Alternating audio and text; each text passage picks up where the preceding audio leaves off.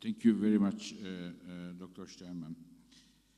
Now, I will make another round of questions to colleagues here, but just to remind us, first, in the afternoon, we will enjoy another G20 discussion with the business leaders and their perspectives. Jansen Hanım is going to moderate that one. And the second, after the second round of questions, if you have any questions, please think about those, and if you want to raise anything, I am sure distinguished panelists will be happy to respond. Now let me turn to Anna again. Anna, you were you in a very difficult time of the history, you were the foreign minister of Spain. Just to be talking among the friends here, about 500 friends, just tell us, do you really think that G20 is a useful mechanism? And if not, how can it be more useful? You are known to be your straightforward speaking, and let me give you an opportunity to express your thoughts. And in order to respond to this question, let me pick up your comment on Africa and my comment on governance, because that is where G20 should be relevant. And in order to be relevant, the G20 has gone beyond being a talk show. And frankly, this is what it is, what it could become. It's not there. In today's world, the G20 raised big expectations. People thought, well, there we have 80% of the GDP, 80%, I mean, there you have the world economy. So let's bet on them to spearhead what is needed to have this energy affordable, uninterrupted, and sustainable for all. In this area, and I think it's very important because, as you said, or Kimberly said, the correlation between energy, in particular power, and development is perfect. It's one of these correlations that nobody denies. So why is it that the big investor in Africa is China? Well, because of legal insecurity. Why other big economies are not investing there? Because we don't have a centralized economy that can invest with one decision. And what we need is legal security. And I'm looking at the ambassador of Mexico. Mexico has changed and given a different legal framework. And this immediately has poured in foreign direct investment. And foreign direct investment, and this is something that we in the European Union, United States, and Japan have to remember, foreign direct investment is 10 times foreign direct aid, or even indirect aid. So we need to bet on that. In order to bet on that, we, rule of law countries, we need to bet on governance. And this is where the G20 has a role to play. Because, you know, if the G20 not decides that, as it was done in Seoul, that there was a conclusion, the Europeans will give up 2 seats at the World Bank and the fund. Never happened. Why? Because the G20 is not the World Bank and the fund. But if the G20 just decides, the G20 members have collectively asked for a meeting of the board or of the council that directs the fund or the bank, so that they refurbish and adapt to the 21st century world, the governance, this would happen. And this is what I think is the challenge of the G20. The G20 has a fantastic tool, which is audience and respectability and raising expectation in the international public opinion and in all our public opinions. Everybody looks at what the G20 is saying. But then when you read the results, there is a disappointment. So what the G20 has to do not to disappoint the expectations. We need the G20, but we need a G20 that really takes its conclusions seriously and makes it happen, and not just we conclude that we will agree to consider sometime within the next years this problem. This and nothing is exactly the same thing. And as I say, the danger is not disappearance, is irrelevance. If the G20 becomes irrelevant, then you know what? We are in a serious problem in terms of what we understand by the international order. We need the G20. We need, and this is why we have such an expectations on Turkish presidency. You are not going to change the G20 upside down. We have to understand that in the G20 you have different interests competing, and you know, and Ambassador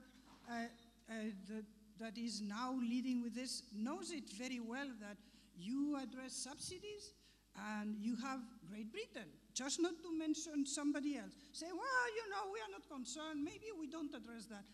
And you address anything, and you have the Gulf states that have a competing interest. What the G20 has to understand is that it falls upon the G20 the responsibility to launch an international governance without which we don't know we don't know how to go forward in this collective challenge. Thank you.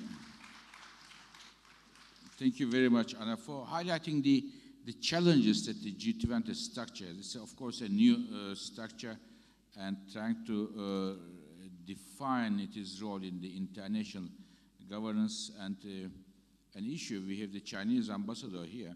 Of course, the emergence of the major institution in Asia, the Asian Infrastructure Investment Bank, is an important example to look into after the developments around IMF and the World Bank governance. Now, European Union, we have the Hungarian ambassador here. Let me, Mr. Ambassador, ask you the following. EU has its own energy and climate targets. And how do you think these targets, these ambitions can, if at all, be fed in the G20 discussions? Do you see a transferability of those targets of EU for the G20? Well, thank you very much for the question. And before getting deep into that topic, I just would like to mention a few things to also react to what my good friend Ambassador just mentioned here concerning the Russian gas. I mean, we need to face reality concerning Europe's energy and particularly gas consumption. 88%, based on my statistics, 88% of the European gas consumption is basically provided by 3 countries. 44% is coming from Russia today, 33% coming from Norway, and some 11% is coming from Algeria. There are some other countries also providing, but these are the main countries who are the largest shareholders in this. So, I mean, be realistic. We all believe that the Russian gas will come into Europe for the mid-term period for sure, and Europe needs that gas as well. The big question, of course, is, and I fully agree with my dear colleague, that Turkey will play an important and immense role in being a hub for the alternative gas sources as well as for the Russian gas for the future. So we will have to very much concentrate on different alternative routes for the gas to come in. To give you an example about our vulnerability, and especially this part of Europe, I'm talking about the Central Eastern part of Europe, we are covering our 80% of our gas demand from Russia and basically all the transit route via Ukraine, which is, if you think about this, this gives a very, very high level of risk and a very, very high level of vulnerability. And this links me to your question as well, because you asked us about basically about the European Union strategy when it comes to energy policies. Well, the European Union internal energy market should be developed in such a way, we believe, that the energy sources, the routes, and the technologies are competing for the benefit of households and economic actors. Concerning the energy union, Hungary attaches utmost importance to guaranteeing competitive energy prices. And of course, this must be very important because we heard from your presentation, from your speech, that you are doing exactly the same thing in North America.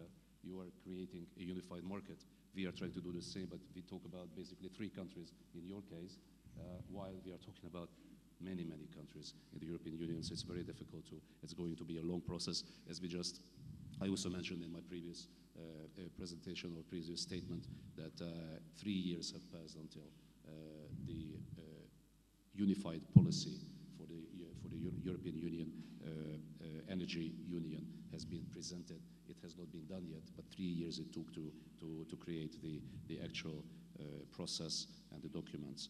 We also believe that the development of appropriate physical infrastructure is prerequisite to creating an integrated energy market and generating competition between all possible suppliers. We need to make a joint effort to achieve that European Union funds are allocated to infrastructure projects in the eastern part of the European Union. It is also necessary to eliminate infrastructural bottlenecks in our region and develop our energy systems to reach the Western European level. Hungary fully endorses the European Council's approach that member states take the lead in supervising and steering the process of creating the energy union. Hungary also insists that defining the composition of the energy mix must remain a sovereign right of member states. These are the big questions right now under discussion of the umbrella of the energy union, and we also support the idea of increasing the transparency concerning intergovernmental agreements. However, any kind of ex-ante approval obligations is basically unacceptable for Hungary at this particular moment. Now, going back to that question that you raised, in what way can these problems can be tackled by the G20? I think the European Union is an important part of the G20 unit, and we strongly, on behalf of the government, of the Hungarian government, we strongly believe and count on Turkey's leadership role in these conversations to support the whole and also support within the European Union, support the Eastern European or mid-Central European region as well. Thank you. Thank you, Mr. Ambassador. Now, let me give everybody another perspective on Europe. In Europe, we have a lot of power plants now. And about 60% of those power plants will retire within the next 15 years or so, because they're old. Our transmission and distribution systems in Europe are getting old and insufficient. Why insufficient? Not only because they are getting old, because we have more and more renewable energies in the network, and when you have more renewable energies, you have to strengthen the transmission and distribution lines. This also applies to the transportation sector. Now, in the United States, recently, Melanie led a major landmark study, an energy review, looking at the U.S. Energy infrastructure, if I may say so, taking the X-ray of the U.S. energy infrastructure, and it was at the request of the President Obama, if I am not wrong, and presented by Vice President Biden recently. Melanie, would you like to share your thoughts with us, whether you think such a study, such an undertaking, can be also helpful for Europe, given the aging issue, given the renewables coming in the picture, given the Europe's ambitions of integration? What would you think about that? Well, I think it's important, but much more complicated. As you said, I mean, we did this for one country or 3, or including the Caribbean. But from a U.S. perspective, so a European perspective is much more complicated.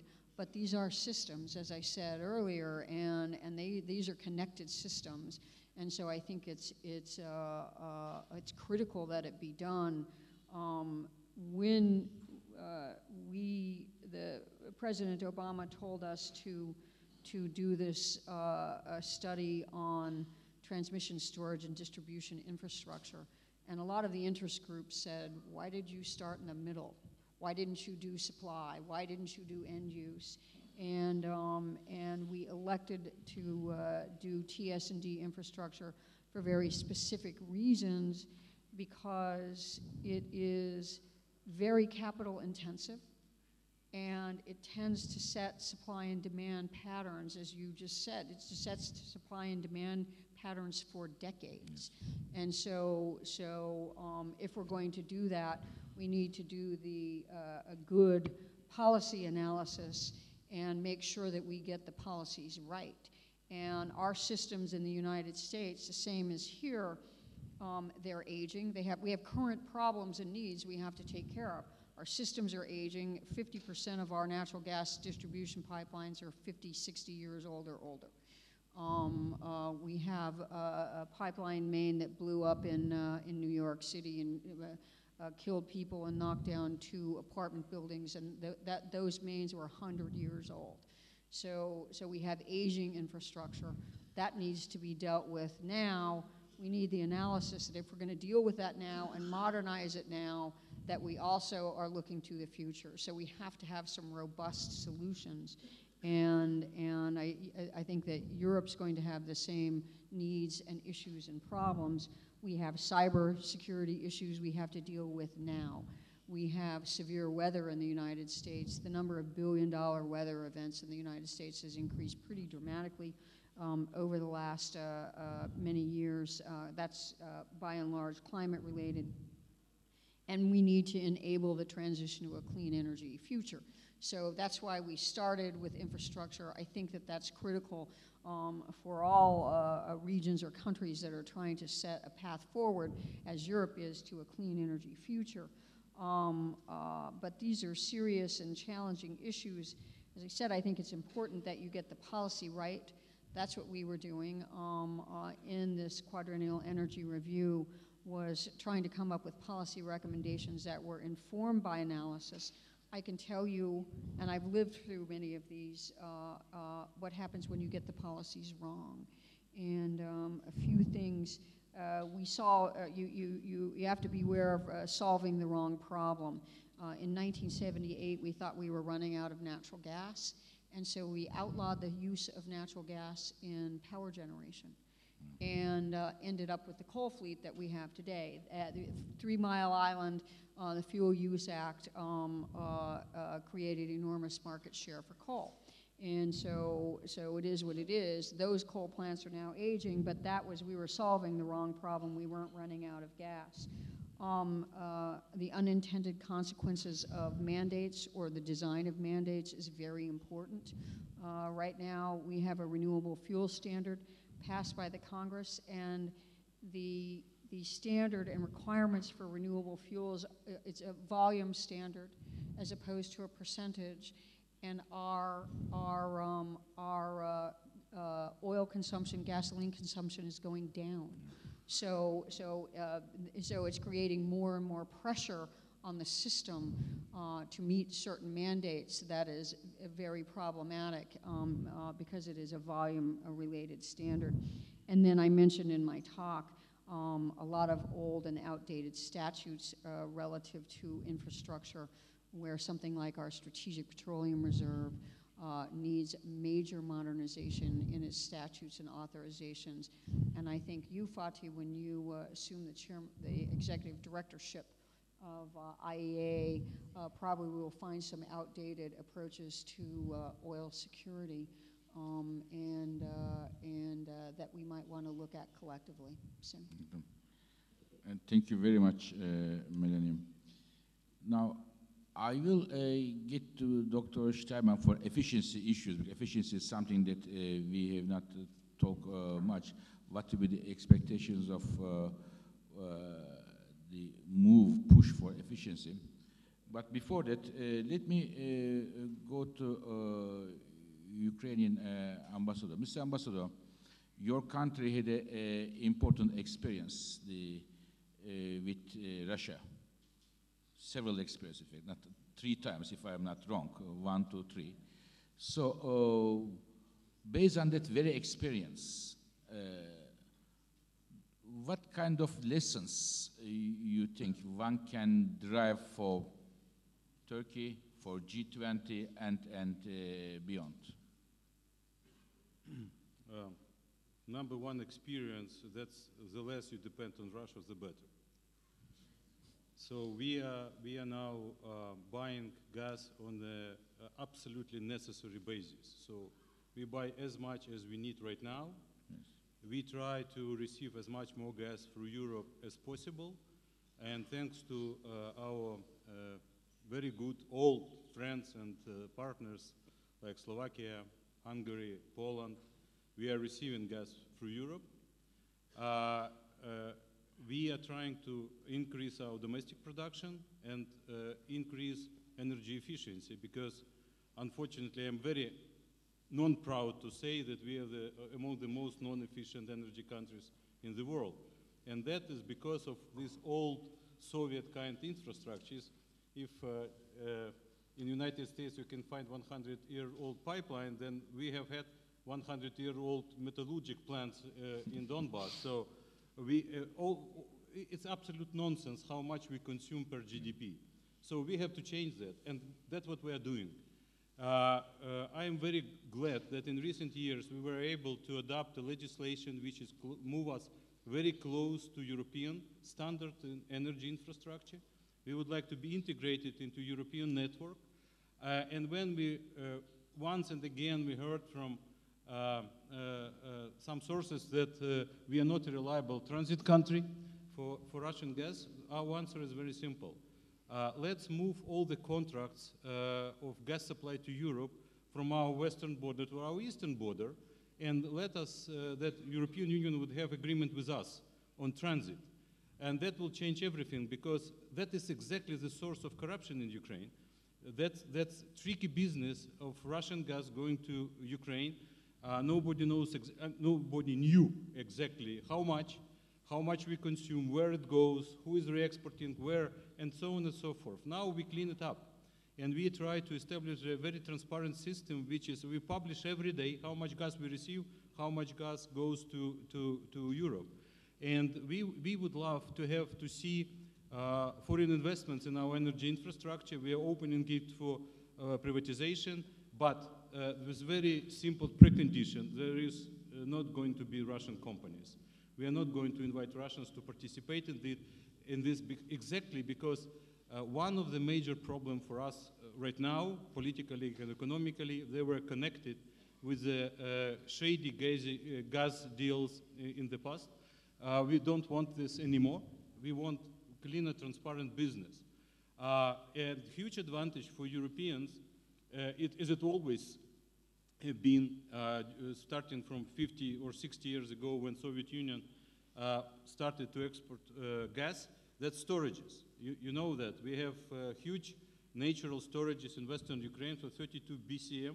So that means that anything, whatever happens on infrastructure, on pipelines, if you have those storages full, that can balance a consumption of all the Central Europe and even beyond, even to Germany. So we are opening as well those storages for anybody in Europe who would like to protect itself, because it's, you know how much expensive. I was surprised to learn that it cost almost $1 billion to build in 1 BCM capacity of storage.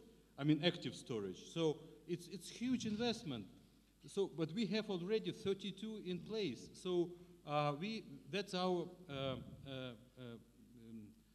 I'm not saying gift, but a kind of proposal to Europe that European Union would use it on, we can use it on bilateral basis even with Turkey. I'm not remember exactly, it was winter of 2011 or 12, but it was harsh winter in Europe and in Turkey as well. And it was an urgent demand from Turkey to increase supply of gas to Gazprom. And this request was denied because Gazprom said we have winter as well, we don't have spare capacity. We came to rescue. We opened our gas storages and we started to pump more gas to Turkey. For several days it was very important, for Istanbul particularly. So that's one example.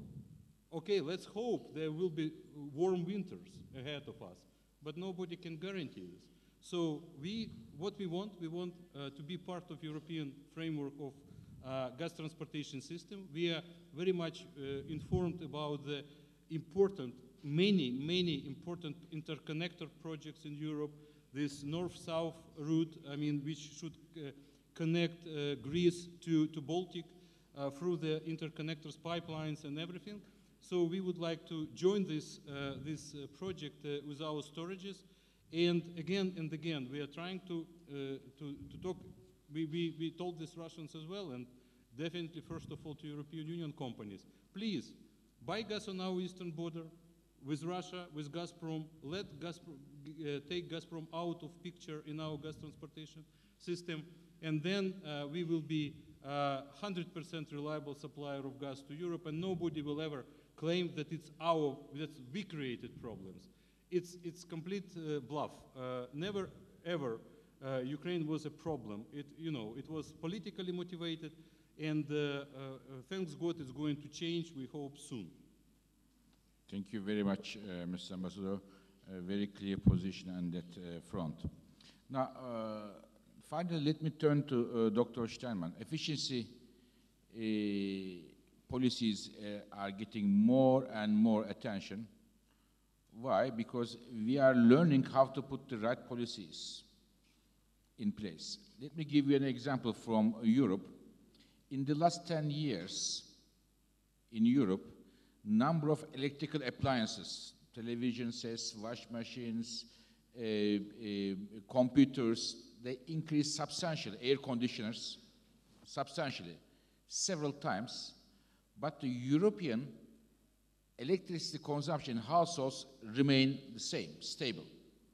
The main reason is they are becoming more and more efficient. More efficient refrigerators, more efficient air conditioners, more efficient televisions, and so on. And Switzerland is one of the countries which put together very strong efficiency policies. And Dr. Steinmann, perhaps you want to tell us a bit your experience with the efficiency policies put in Switzerland and beyond. Thank you very much for the question. I think, first of all, you have to motivate people that they look to all these different issues. And for that, we have an information campaign. We have the etiquette for energy consumption, and that means we promote this. The best standard should come to the market, and the old one should go, the old products. Second, we have also some laws.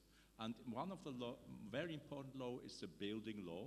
And there, for new houses, we have now a positive energy consumption that is necessary. That means every new house has now also a photovoltaic on its roof. That means they produce their own energy, electricity. On the other side, we have also not only carrots, but also sticks. That means in Switzerland, we have a CO2 tax. This CO2 tax is about 60 euro for 1 ton of CO2 emissions. That's much higher than you in Europe have with ETS, with between 3 to 5 euros. And for that, when you are investing in a new, when you are making some investments, you calculate and you see what are the effects. On the other side, 1/3 of the CO2 tax we take for insulation of old houses.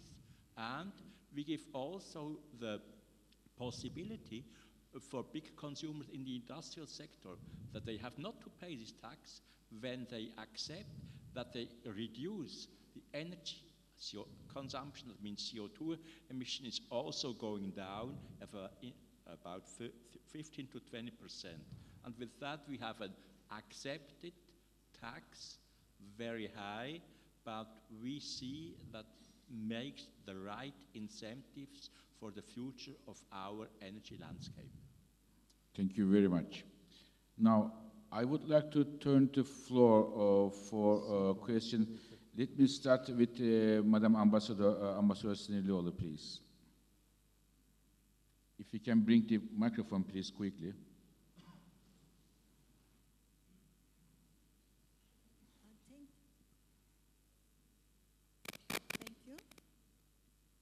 Thank you very much, Fatih Bey.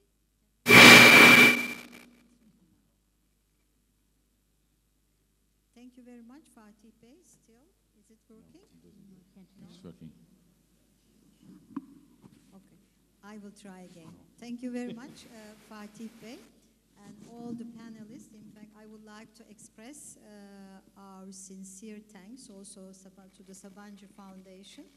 I think this has become a very good tradition now that we are holding this very important energy, let's say, conferences in Turkey, which reflects also the geostrategic importance of Turkey as, how you call it, I don't know how you will define it, but as an energy hub.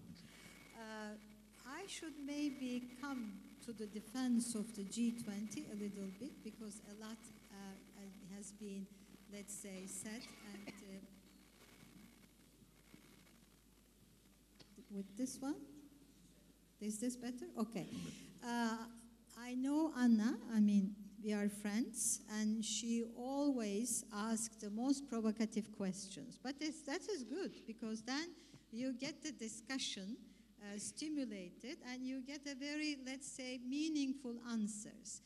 Maybe, I mean, in order to understand what is the added value of the G20, what we are trying to do within the G20, is it just a talk show? Maybe we should a little bit, remember the main function of the G20, how we created and why we created G20. In fact, when we created the G20 after the Asian and the Russian crisis, 1997, 1998, it was at the level of the finance ministers.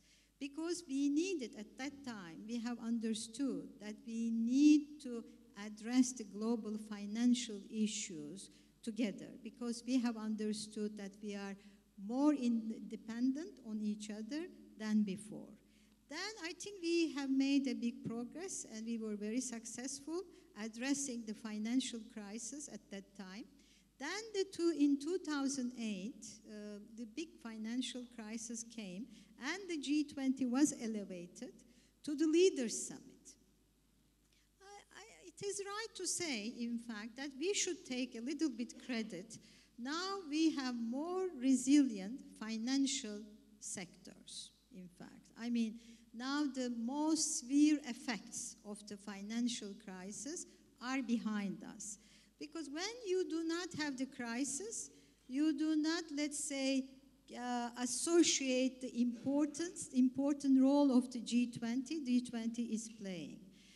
Now it is time, but still the downside risks, in fact, to the global economy continue, because we know that the normalization of monetary policy of the USA, some deflationary pressures in some geographies, and fluctuations of oil prices. These are the uncertainties. We need to coordinate our efforts and to find common responses. That's why I think, G20 is a very, let's say, has been very instrumental mechanism, and it will continue to deliver on its core, let's say, aims. And it has been doing that. But now, since the worst aspects of the let's say, financial global crisis are behind us, now people start asking what the G20 is doing at this time of, let's say, relative calm. We are doing, in fact, very important things. We have enlarged the scope of the agenda of the G20. It is not purely now only dealing with the financial issues. Now we integrated during the Korean, for example, presidency, development agenda, and last year we integrated energy issues, in fact, fully into the agenda of the G20. Of course, I think it is not fair to say that the international organizations are just doing the work behind the scenes, and the presidencies like just continuing what the international organizations are saying. This is not true. In fact, the added value of the G20, changing the presidency, not having a permanent secretariat, because each presidency tries to do its best, in fact, to show that they are successful and they are making some progress. That's why, and you direct the international organizations, because you set your priorities and you task them, you ask them to deliver these works. Then I will come to, for example, Turkish presidency. We, at the beginning, we said we have been working on these 3 I's. We call them 3 I's: implementation, investment, and inclusiveness. And this year, I don't know whether is it a blessing for the Turkish presidency. I always ask this question to myself.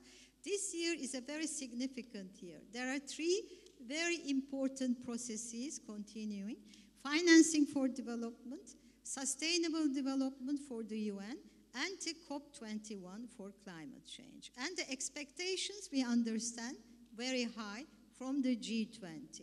That's why we are trying very hard. When we put the implementation as one of the very important priority for the Turkish presidency, maybe a little bit to respond to this expectation. G20 is not a talk show. G20 needs to turn its words into action.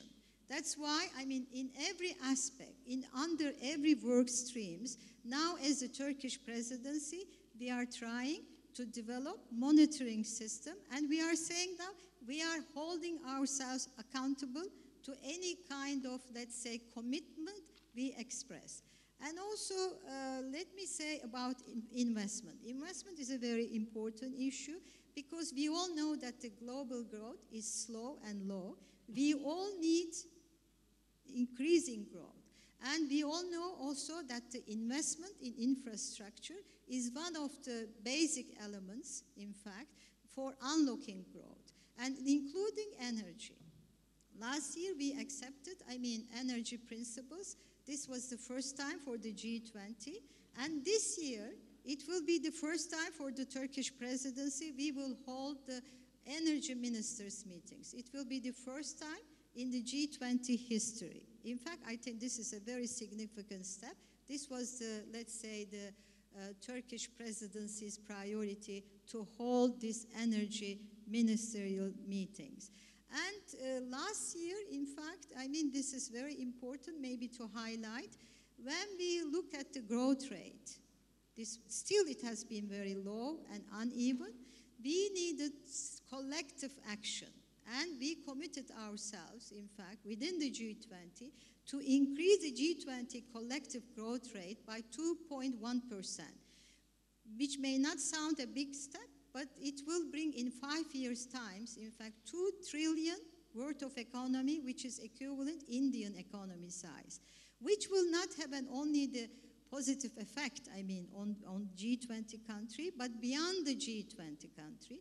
Maybe I should not take much of your time, but if you have further questions regarding what we are trying to do within the G20, and access to energy is a very important aspect. In fact, also I think it is important when there is a continuity, in fact, within the G20. That's why we do have this Troika system.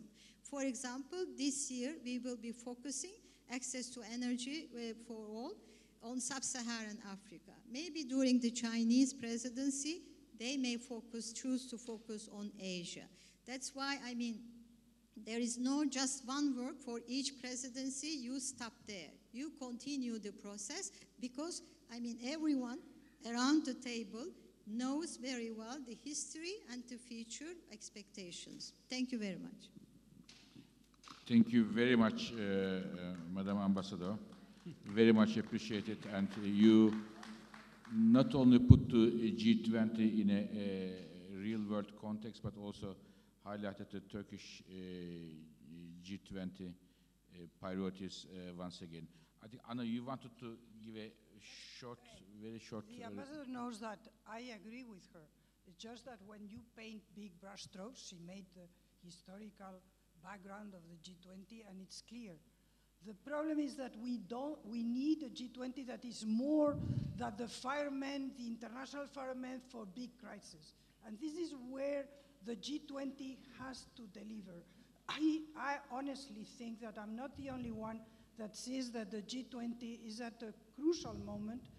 Or I would say that on that could go on the decline, and we need the G20. Why do we need the G20 in governance terms? Because the G20 has proven, as you very well said, in very clear crisis moment, that they have the flexibility to meet and to decide much more than formal institutions. But what the G20 has to realize is that we need these formal institutions, that we need this international legal and institutional framework, and that the G20 has to spearhead this process. I said that we need the G20 and that we expect a lot from this Turkish presidency for the reasons I said. So I agree, and I hope that this will prove real, and that the G20 will prove to be, in terms of relative calm, a center, a hub for ideas and for initiatives that just materialize, and not for just decisions to address the study of later, which is what we have seen too many times in the conclusions lately. Okay, thank you very much, Anna. So we are end of our time. Now we have highlighted the different expectations from Turkish G20 presidency. So on one hand, we know that we have very able Turkish diplomats working on this, led by Ambassador Sinirlioğlu. But on the other hand, we should also know that Turkey alone will not solve all the problems of the world, so let's don't put too much on their shoulders, not much burden. But as far as I follow all the preparation meetings towards Antalya, there are definitely encouraging signs about the deliveries and the performance of the Turkish presidency. So I'm sure all the colleagues, join me to thank all the panelists here and wish Ambassador Sinirlioğlu and her colleagues best of luck, kolay gelsin, and have a nice lunch. Bon appétit.